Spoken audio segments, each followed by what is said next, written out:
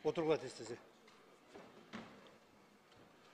Саламатсыздарбы, урматтуу депутаттар, урматтуу Садыр Кожоевич, урматтуу Нурлан Тургунбекович, урматтуу депутаттар жана бүгүнкү жыйындын катышуучулары. Бүгүн Бишкек шаарында 2022 жылдын 3 ноябрында кол коюлган Кыргыз Республикасы менен Өзбекстан Республикасынын ортосундагы Кыргыз-Өзбек мамлекеттик чек арасын айрым участоктору жөнүндө келишимди жана Кыргыз Республикасы Министрлер комитети менен Өзбекстан Республикасынын өкмөтүнүн ортосундагы Кемпирабад суу сактагычынын суу ресурстарын биргелешип башкаруу жөнүндө макулдашууну ратификациялоо тууралуу Кыргыз Республикасынын мыйзамдарынын долбоорлорун сиздердин карооңуздарга алып келип отурабыз. Бул мыйзамдардын долбоорлору Кыргыз Республикасынын Жогорку Кеңешинин тийиштүү комитеттеринде каралган жана жактырылган. Урматтуу Садыр Кожоевич, урматтуу Нурлан Тургунбекович, урматтуу депутаттар. Урматтуу депутаттар, уруксат берсеңиздер, кыскача маалымат берип кетсем, Кыргыз-Өзбек мамлекеттик чек арасынын жалпы узундугу 1472,82 километр аралыкты түзөт. Анын 1170,53 километр тилкеси 2017 жылдын 5 сентябрында Кыргыз Республикасы менен Өзбекстан Республикасынын ортосунда түзүлгөн келишимге ылайык бекитилген. Калган 302,29 километр чек ара тилкеси эки тараптын өкмөттүк делегацияларынын деңгээлинде макулдашылып жазылып бүттү. Сүйлөшүүлөрдүн жыйынтыгы менен Кыргыз Республикасынын пайдасына төмөнкү участкаларды калтырып жазууга жетиштик. Биринчи, Гавасай 12.849 гектар Өзбек ССР Кемпирабад сол жээк каналын курбагандыгы үчүн. Көксерек 105 гектар. Ал жерде кыргыз жарандары жашаган айылы менен кошо. Баястан 212 гектар. Уңгартоо 35 гектар. Уюлдук компаниялардын жана мамлекеттик телеканалдардын антенналары жайгашкан. Акташ 100 гектар. Карасуу шаарын кеңейтүү максатында жана саркынды сууларды тазалоочу жай куруу үчүн. Демаркация учурунда мурда 2017 жылдын 5 сентябрында жазылып, бекитилип кеткен Карабелес участогундагы 25 гектар жер аянтын Алабокор районунун Көксерек айылын калтырып жазуу, кайрадан калтырып жазууга жетиштик.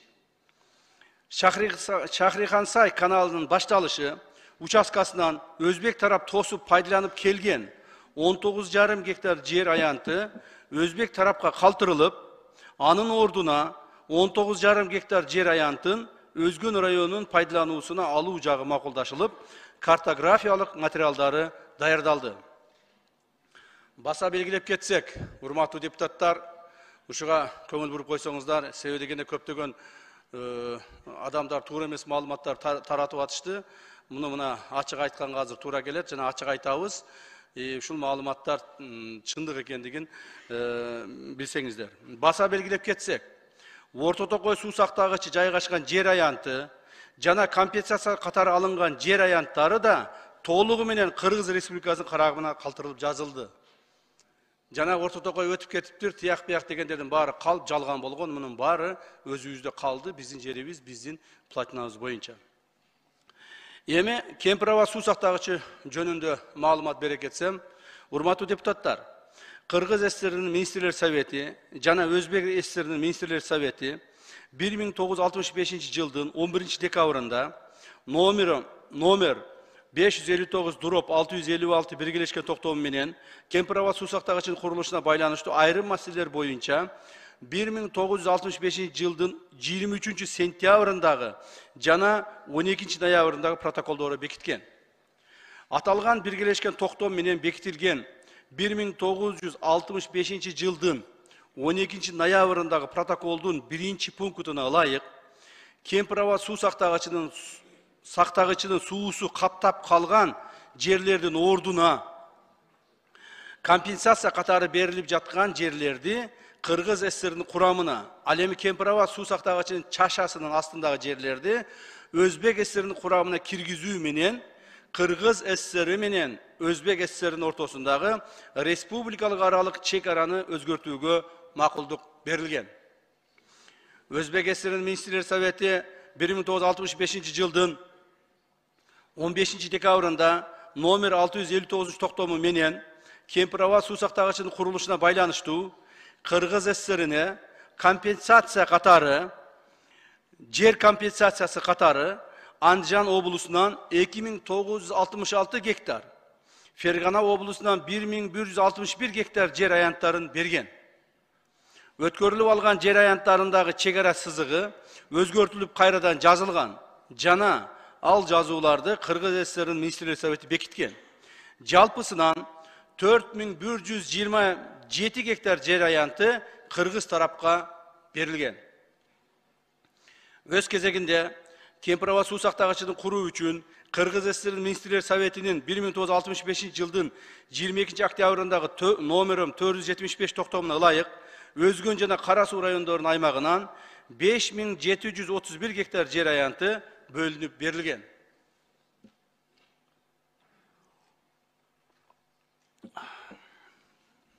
Бул 5731 гектар жер аянты бүгүн суу сактагычтын 908 горизонталына туура келет. Суу сактагычтын көлөмүн 900 горизонталга түшүрүү менен чегараны жазганда анын аянты 4485 гектарды түзөт. Натыйжада мурда суу басып калган 5731 гектардан 1246 гектар жер бошойт. Аны Кыргыз тарап айыл чарба багытында пайдаланса болот, жана бул жерлер 1246 гектар жер Кыргыз Республикасынын жер балансында калды. 4121 гектар жер аянты 1965 жылы компенсация катары алынган. Ошондуктан 900 горизонтал менен мамлекеттик чегараны аныктоону эске алганда, Өзбек тараптан Кыргыз тарапка дагы 358 гектар жер берилбей калган. Кыргыз ССР'нин Министрлер Советинин 1973 жылдын 17 сентябрындагы номер 325-Б буйругу менен бекитилген Кыргыз ССР'нин менен Өзбек ССР'нин ортосуна жер жана суу маселелерин жөнгө салуу боюнча республикалык аралык кеңешменин протоколу бекитилген. Ал протоколдо Өзбек ССР Кемпирова суу сактагычын куруу үчүн ажыратып берилген жер аянттарын толугу менен компенсациялап берген деп жазылган. Бирок Кыргыз тарап акыркы сүйлөшүүлөрдүн жыйынтыгы менен ошол берилбей калган 358 гектардын ордуна 1000 гектар жерди Өзгөн жана Сузак райондоруна бөлүп берүү жөнүндө макулдашып протокол менен бекитилип, картасы сызылып даярдалды. Жыйынтыгында компенсация болбой калган жер үчүн дээрлик 2,5 эсе көп жер алынып жатат. Тийиштүү адистер жерине барып, 900 горизонтал кайсыл жерден өтүшүн жергиликтүү бийлик өкүлдөрүнө жана жашоочуларга түшүндүрүп так көрсөтүп беришет. Кемпирова суу сактагычынын курулуусуна байланыштуу 1965 жылы компенсация катары төмөнкү жерлер алынган. Алабука районунун Көксерек жана 1-Май айыл аймактарынан 1307 гектар айдоо жана жайыт жерлер. Ошондой эле бул аймакта кыргыз жарандарынан турак үйлөрү бар 10 кожолук жана жер үлүштөрү жайгашкан. Экинчи, Аксы районунун Кербен шаарына жана Кашкасуу айыл аймагына жалпы 571 гектар жер аянты. Бүгүнкү күндө ал жерлерде Кербен аэропорту жайгашкан 52 гектар, калкынын саны 275 адамды түзгөн Жетиген айылынын бир бөлүгү жайгашкан 15 гектар, ФАП, мечит жана балдар бакчасы, жарандардын жер үлүштөрү жайгашкан. Үчүнчү, Ноокот районунун Шамалдуу Сай участогу 1088 гектар. Анын ичинде калкынын саны 2750 адамды түзгөн Достук айылы 55 гектар. Ошондой эле адамдардын жер үлүштөрү жайгашкан. Төртүнчү, Араван районунун Найман участогу 148 гектар. Анын ичинде калкынын саны 1600 адамды түзгөн Эсенбай айылы 32 гектар. Кадамжай району 1013 гектар. Анын ичинде Көктала участкасы 758 гектар. Anın içinde halkının sаны 16.278 adamды түзгөн Достук, Көктала жана Маяк айылдары жайгашкан. Пылдырак участогы 255 гектар. Анын içinde halkının sаны 4700 adamды түзгөн Исбайрам жана Пылдырак айылдары жайгашкан.